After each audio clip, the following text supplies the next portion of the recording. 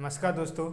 तो आपने पिछली वीडियो में देखा था कि हम एक्सरसाइज 1.2 और 1.1 दोनों ख़त्म करा चुके हैं। अब हमारी 1.3 एक्सरसाइज चलेगी, ठीक है। अब इसमें 1.3 एक्सरसाइज सॉल्व करने से पहले मैं तुम्हें पहली वीडियो में बता चुका था कि परिमेय संख्या और अपरिमेय संख्या क्या होती है, ठीक है। तो वो हल्का सा यहाँ भी देख लेते हैं कि परिमेय संख्या क्या होती है, अपरिमेय संख्या क्या होती है, क्योंकि ये हमारी एक्सरसाइज 1.3 है पूरी परिमेय संख्या और अपरिमेय संख्या पर ही बेस्ड है, ठीक है। तो समझते हैं परिमेय संख्या क्या होती है। एक होती है परिमेय संख्या और एक होती है अपरिमेय संख्या, ठीक है। परिमेय संख्या वह होती है जिसे P अपॉन Q की फॉर्म में लिखा जा सकता है। क्या लिखा जा सकता है? P अपॉन Q की फॉर्म में लिखा जा सकता है। और यहाँ Q क्या नहीं होना चाहिए? Q 0 नहीं होना चाहिए। Q is not equal to 0। और अपरिमेय संख्या वह होती है जिसे P अपॉन Q की फॉर्म में नहीं लिखा जा सकता। इसे P अपॉन Q की फॉर्म में नहीं लिखा जा सकता। जैसे फॉर एग्जाम्पल के समझते हैं √2, √5, √3, पाई, ये सभी क्या है? हमारी अपरिमेय संख्या है। अब हमें प्रूव करना है कि क्या ये वाकई में अपरिमेय संख्या होती हैं। एक्सरसाइज हमारी इसी पर बेस्ड है कि इन्हें प्रूव कीजिए क्या ये परिमेय संख्या होती हैं, अगर होती हैं तो कैसे होती हैं, ठीक है। तो स्टार्ट करते हैं क्वेश्चन नंबर 1। इस क्वेश्चन को सॉल्व करने से पहले हमें इसके जस्ट अपोजिट चढ़ना होता है। जैसे इसमें सिद्ध करना है कि सिद्ध कीजिए कि अपरिमेय संख्या है। अब अपरिमेय संख्या सिद्ध करने से पहले हम इसे मान लेते हैं कि क्या है? एक अपरिमेय संख्या है, ठीक है। ये वाला बहुत ही इंपॉर्टेंट है, ये क्वेश्चन मोस्ट इंपॉर्टेंट है बोर्ड एग्जामिनेशन के लिए। हर बार किसी ना किसी सेट में ये पूछा ही जाता है, ठीक है। जैसे मैं इसे कराऊं सिर्फ से वैसे ही तुम्हें करना है। तो पहले मान लेते हैं, माना √5 एक परिमेय संख्या है, ठीक है। जब √5 हमारी एक परिमेय संख्या हो गई तो हम इसे क्या लिख सकते हैं? इसे P अपॉन Q की फॉर्म में लिख सकते हैं। तो हम इसे क्या लिख देंगे? √5 बराबर P अपॉन Q। यहां पर Q is not equal to 0 और P और Q में P व Q सहभाज्य संख्या है। सहभाज्य संख्या का मतलब होता है कि इन दोनों का HCF क्या आएगा? केवल एक आएगा, इन दोनों में कुछ भी कॉमन नहीं मिलेगा। यानी HCF किसका? P और Q का कितना आएगा? एक आएगा, ठीक है। अब इसे आगे सॉल्व करते हैं, ठीक है। अब इसके नीचे एक मान ले तो क्या कर देते हैं? Cross multiple. इस Q का मल्टीपल √5 में और 1 का मल्टीपल P में, तो क्या हो जाएगा? √5Q इज इक्वल टू 5 हो जाएगा, P हो जाएगा, ठीक है। अब दोनों ओर क्या कर देंगे? दोनों ओर वर्ग करने पर, जब दोनों ओर वर्ग कर देंगे तो कितना हो जाएगा? √5 P का स्क्वायर बराबर Q का P स्क्वायर। तो √5 का हो गया 5, Q स्क्वायर का हो गया Q स्क्वायर बराबर P स्क्वायर, ठीक है। इससे क्या पता चला कि जो हमारी Q है किससे विभाज्य है? 5 से विभाज्य है। अब ये कैसे विभाज्य है? इसमें हल्का सा समझ लेते हैं। जैसे अगर कोई संख्या हमारी, जैसे हमारी 9 है और ये कितने से विभाज्य है? 3 से विभाज्य है, ठीक है। तो इसका वर्गमूल कितना होगा? √9 यानी 3 का वर्ग। ये 3 का वर्ग भी किससे विभाज्य होगा? 3 से विभाज्य होगा। या कि ऐसा कह सकते हैं कि 3 से जब हमारा स्क्वायर विभाज्य है तो सीधी सी बात है हमारा Q भी क्या होगा? इससे विभाज्य, 3 भी से विभाज्य हो जाएगा। यही चीज यहाँ पे तो कह देंगे P स्क्वायर 5 से भाज्य है।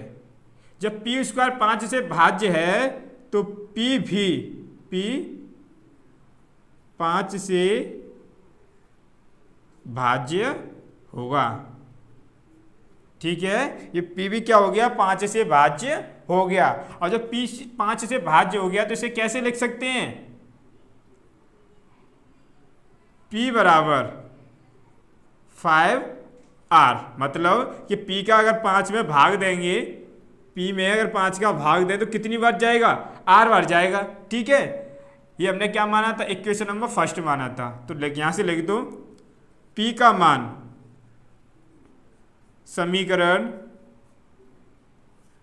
1 में रखने पर, ठीक है, यहां से P का मान उठाकर क्या रख देंगे, समीकरण 1 में रख देंगे। तो यहाँ रख दो PQ² बराबर P का मान क्या है 5R, इसका क्या हो जाएगा होल स्क्वायर, कहीं P² है। ठीक है, तो इसे कर देंगे PQ² बराबर, इसका हो गया 25 और ये हो गया R²। इससे ही कट गया कितनी बार, 5 बार। तो क्या आ गया Q² बराबर 5R²। ठीक है, अब इससे क्या पता चला, सेम ये वाली कंडीशन बन गई कि Q² 5 से क्या है भाज्य है। यहां लिख दो Q² 5 से भाज्य है। जब Q² 5 से भाज्य है तो Q भी क्या हो जाएगा, Q भी 5 से भाज्य होगा। ठीक है, जब ये 5 से भाज्य हो गया, अब यहां से क्या पता चला कि यहां से Q भी 5 से भाज्य है और P भी 5 से भाज्य है। तो हम कह सकते हैं जब P तथा Q 5 से भाज्य हैं, तब इन दोनों का कॉमन क्या हो जाएगा, जब P 5 से भाज्य है, Q 5 से भाज्य है, तो दोनों में कॉमन क्या मिल जाएगा, 5 आ जाएगा। इसका मतलब दोनों का HCF कितना हो जाएगा, P और Q का HCF हो जाएगा 5। अब देखो हमने स्टार्टिंग में क्या माना था कि इनका CHF कितना आना चाहिए, इनका HCF कितना आना चाहिए, 1 आना चाहिए। अब यहां पे इनका HCF कितना आ रहा है, 5 आ रहा है। ठीक है, जब इनका यहां HCF 5 आ रहा है तो हमारी पहली अवधारणा क्या हो गई, गलत सिद्ध हो गई। तो कह देंगे, यहां कर लेते हैं, हमारी पूर्व अवधारणा गलत हुई, अर्थात हमने जो इसे क्या माना था, एक परमेय संख्या माना था। जब हमारी ये पूर्ण धारणा गलती हो गई तो ये परमेय ना होके क्या हो जाएगा, अपरमेय हो जाएगा। √5 एक अपरमेय संख्या है। ठीक है, अब करेंगे हम क्वेश्चन नंबर 2। अब हमारा क्वेश्चन नंबर 2 है, सिद्ध करो कि 3 + 2 √5 एक अपरमेय संख्या है। ठीक है, अब देखो अब वो चीज तो हम सिद्ध कर ही चुके हैं, अब ये करना बहुत ही ज्यादा आसान है। देखो कैसे करेंगे, इसे भी वही चीज वही मैटर, मान लो इसको माना 3 + 2 √5 एक परमेय संख्या है। क्या है, परमेय संख्या है। जब हमने इसको एक परमेय संख्या मान लिया है तो ये किसके बराबर हो जाएगी, P/Q के बराबर लिख सकते हैं इसको। तो 3 + 2 √5 क्या हो गया, P/Q। तो बाकी की सब को इधर ले जाओ, केवल यहां पर रूट वाली संख्या रखो। तो 3 उधर जाएगी तो क्या हो जाएगी, 2 √5 बराबर P/Q -3, इधर जाके माइनस का हो जाएगा, और 2 को इसके नीचे ले जाओ क्रॉस मल्टीपल से। तो √5 बराबर P/Q -3 अपॉन क्या हो जाएगा, 2 हो जाएगा। ठीक है, अब हमने देखा कि ये वाली अभी सिद्ध किया था, क्या थी, एक अपरमेय संख्या थी। तो यहां लिख देंगे क्योंकि √5 एक अपरमेय संख्या है। क्या है, अपरमेय संख्या है। जब √5 एक अपरमेय संख्या है लेकिन P/Q -3/2 ये यानी ये वाली संख्या पूरी, ये संख्या क्या है, एक परिमेय संख्या है। क्या है, एक परिमेय संख्या है। अब जब हमने देखा कि ये तो हमारी अपरिमेय संख्या है, ये हमारी क्या है, एक परिमेय संख्या है। जब ये अपरिमेय और ये परिमेय, तो क्या परिमेय और अपरिमेय दोनों संख्या बराबर हो सकती हैं, कभी भी नहीं हो सकती। जब ये दोनों बराबर नहीं हो सकती तो क्या लिख देंगे, इज नॉट इक्वल टू। अब जब यहाँ पे जब नॉट इक्वल टू आ गया तो इसका मतलब ये वाली हमारी अवधारणा थी क्या हो गई, गलत सिद्ध हो गई। जब ये हमारी अवधारणा गलत सिद्ध होगी, अवधारणा क्या थी कि ये एक परिमेय संख्या है। जब ये परिमेय संख्या नहीं है, जब अवधारणा गलत हो गई तो एक संख्या कौन सी होगी, एक अपरिमेय संख्या होगी। तो यहाँ क्या लिख देंगे, अतः 3 + 2√5 एक अपरिमेय संख्या है। क्या है, अपरिमेय संख्या है। ठीक है, अब करें क्वेश्चन नंबर 3। हमारा क्वेश्चन नंबर 3 है कि सिद्ध करो कि निम्नलिखित संख्याएं, यानी ये वाली क्या है, अपरिमेय संख्या है। ठीक है, तो ये वाला भी सेम टू सेम उन्हीं के जैसा है, तो इन्हें भी नंबर 1-1 से सॉल्व करते हैं। तो पहले ये वाला सॉल्व करते हैं। ठीक है, ये सॉल्व करने से पहले हम इसे फिर से क्या मान लेते हैं, ये क्या है, एक अपरिमेय संख्या है, सॉरी परिमेय संख्या है। 1/√2 एक परिमेय संख्या है। ठीक है, ये हमने क्या किया, ये मान लिया। ये जब परिमेय संख्या हो गई तो 1/√2 को किसके बराबर लिख सकते हैं, P/Q के बराबर, जैसे अभी लिखा था। जब इसको P/Q के बराबर लिख दिया, अब ये बताओ जब P/Q एक परिमेय संख्या है तो क्या Q/P एक परिमेय संख्या नहीं होगी, ऑब्वियसली, क्योंकि इसको भी तो बटी की फॉर्म में लिखा जा सकता है, तो ये भी परिमेय संख्या होगी। और यही चीज यहाँ पे करती हैं, इन दोनों संख्याओं को क्या कर देंगे, पलट देंगे। तो संख्याएं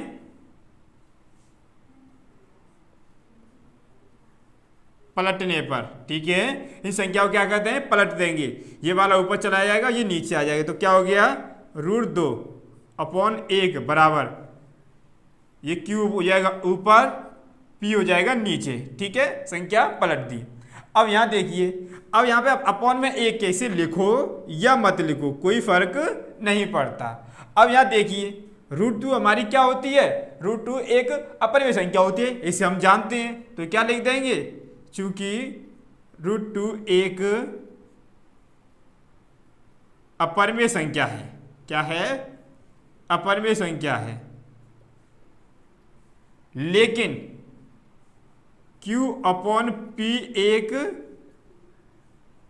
परिमेय संख्या है।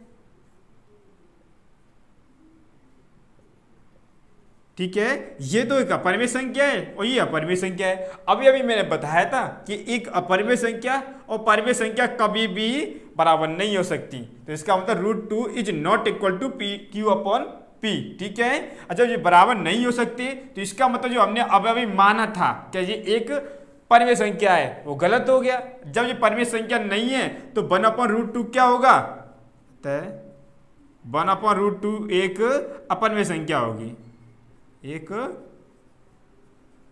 अपरिमेय संख्या है। ठीक है, और क्वेश्चन नंबर दूसरा सिद्ध करेंगे, और दूसरा क्या है कि सिद्ध करो कि 7√5 एक अपरिमेय संख्या है। तो इसे सिद्ध करने से पहले भी जैसे ये सिद्ध किया था, इसको भी मान लेते हैं। सॉल्यूशन, माना 7√5 एक क्या है, परिमेय संख्या है। हमने परिमेय संख्या मान ली। जब परिमेय संख्या होगी तो किसके बराबर हो जाएगी, ये हो जाएगी P/Q के बराबर। ठीक है, ये क्या होगी, P/Q के बराबर हो गई। और यहाँ पे केवल √5 छोड़ो, इसको इसके नीचे ले जाओ। ठीक है, तो क्या हो जाएगा, √5 बराबर P/7Q हो जाएगा। और देखो यहाँ पे भी वही कंडीशन बनने की, ये क्या हो गई, एक अपरिमेय संख्या हो गई, और ये क्या हो गई, एक परिमेय संख्या हो गई। अब एक अपरिमेय संख्या परिमेय संख्या के बराबर नहीं हो सकती, यही लिख देंगे। यहाँ √5 एक क्या है, अपरिमेय संख्या है।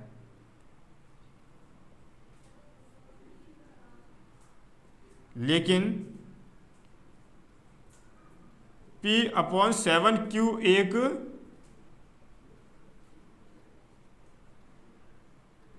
परिमेय संख्या है। अब जब ये परिमेय संख्या है तो ये इसके बराबर कभी भी नहीं हो सकती। नहीं हो सकती तो इसका मतलब हमारी ये पूर्ण अवधारणा क्या थी, ये वाली, ये गलत हो गई। ये गलत हो गई तो हम क्या कह देंगे कि √5 एक अपरिमेय संख्या है। क्या है? अपरिमेय संख्या है। ठीक है, अब करेंगे क्वेश्चन नंबर तीसरा सॉल्व, सेम टू सेम इसी तरह से। अब देखो क्वेश्चन नंबर तीसरा सॉल्व करते हैं। ठीक है, क्वेश्चन नंबर तीसरा, और ये भी सेम टू सेम इन्हीं क्वेश्चनों की तरह सॉल्व करना है। ऐसे भी मान लेते हैं कि माना, तीसरा सॉल्व कर रहे हैं यहां पे हम, माना 7 + √2 एक क्या है? परिमेय संख्या है। क्या है? परिमेय संख्या है। जब हमने ये परिमेय संख्या मान ली तो इसे हम किसके बराबर लिख सकते हैं? इसको लिख सकते हैं P/Q के बराबर। तो 6 + √2 बराबर P/Q लिख दिया। अब यहाँ पे केवल क्या छोड़ो? √2, और 6 को उधर ले जाओ तो क्या आ जाएगा? √2 = 5/P/Q - 6 हो जाएगा। ठीक है, अब देखो यहाँ भी वही कंडीशन बन गई। ये क्या हो गया? ये हो गई हमारी एक अपरिमेय संख्या, और ये क्या हो गया? ये हो गई एक हमारी परिमेय संख्या। तो वही वाली, एक अपरिमेय संख्या एक परिमेय संख्या के कभी भी बराबर नहीं हो सकती। और नहीं हो सकती तो इसी बात को हम यहाँ पे लिख देंगे कि √2 एक अपरिमेय संख्या है,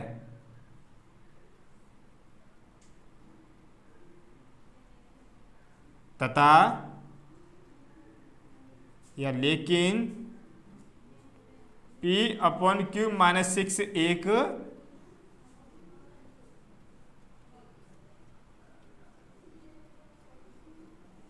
परिमेय संख्या है।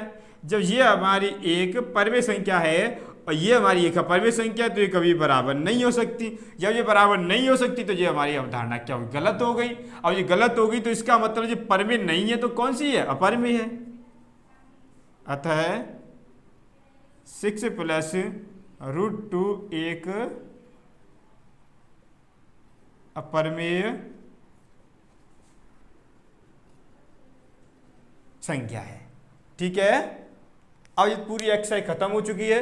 नेक्स्ट एक्सरसाइज यानी 1.4 करेंगे अगले वीडियो में। ठीक है।